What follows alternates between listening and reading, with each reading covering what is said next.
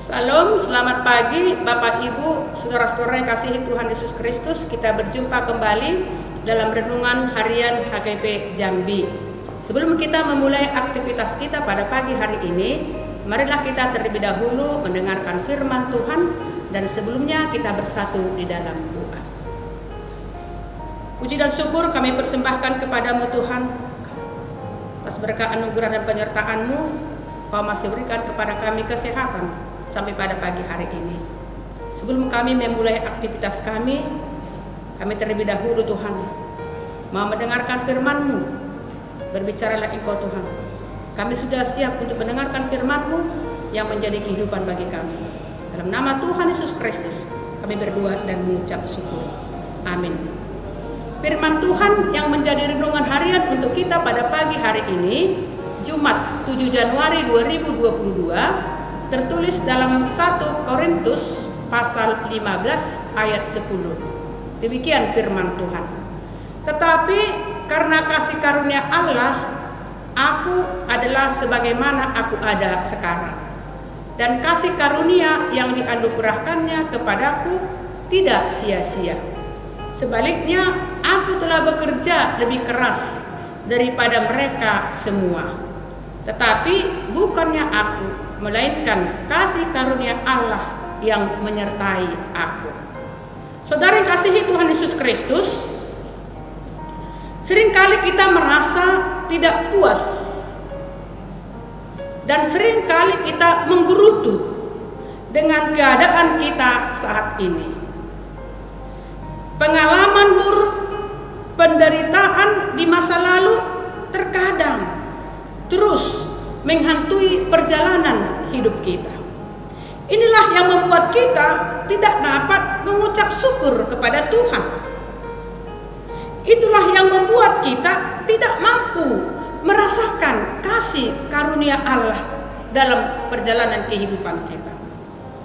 Andai kata kita dapat menyadari keadaan diri kita sendiri, menyadari kelemahan, menyadari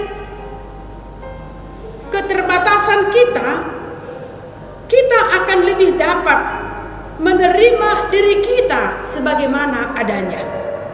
Karena hidup kita ini, kita ada sampai hari ini, itu adalah karena anugerah dan kasih karunia Allah. Bagaimanapun keadaan kita, bagaimanapun penderitaan kita sekarang, di masa lalu janganlah menjadi masalah yang dibesar-besarkan, yang membuat kita menjadi tidak mampu untuk merasakan anugerah dan kasih setia Tuhan, yang membuat kita kadang tidak mampu untuk mengucap syukur. Saudara yang kasih Tuhan Yesus Kristus, pengalaman Paulus di masa lalu tidak membuat dia merasa menggerutu, tidak membuat dia merasa rendah diri, tidak membuat dia menyalahkan dirinya, tetapi sebaliknya dia semakin giat lagi bekerja keras. Dia semakin giat lagi bekerja untuk melayani Tuhan, memberitakan Injil, memberitakan kabar sukacita, keselamatan yang daripada Tuhan Yesus Kristus. Paulus tidak merasa lelah. Paulus tidak menggerutu meskipun dia harus menghadapi banyak penderitaan ketika dia memberitakan Injil, karena kasih karunia Tuhan yang dirasakan Paulus dalam hidupnya tidak sia-sia, karena Paulus telah tunjukkan itu melalui pelayanannya dengan tetap terus menyenangkan hati Tuhan melalui pekabaran Injil. Kasih karunia Tuhanlah yang memberikan kehidupan yang baru bagi Paulus, dan dia bisa merasakan kasih karunia Tuhan yang tetap menyertai perjalanan hidupnya.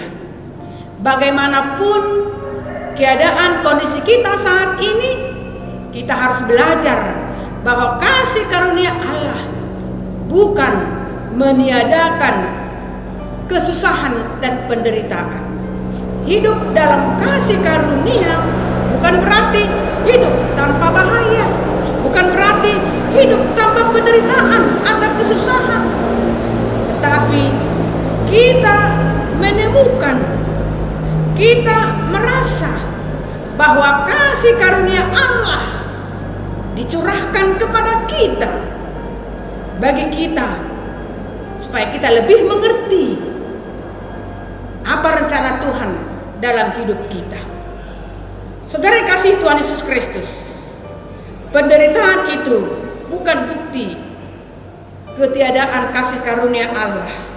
Tetapi ketika seseorang tabah, ketika seseorang kuat dalam menjalani semua penderitaan, itu merupakan bukti, saudara kasih Tuhan Yesus Kristus, bahwa kasih karunia Allah sedang bekerja dalam hidup kita.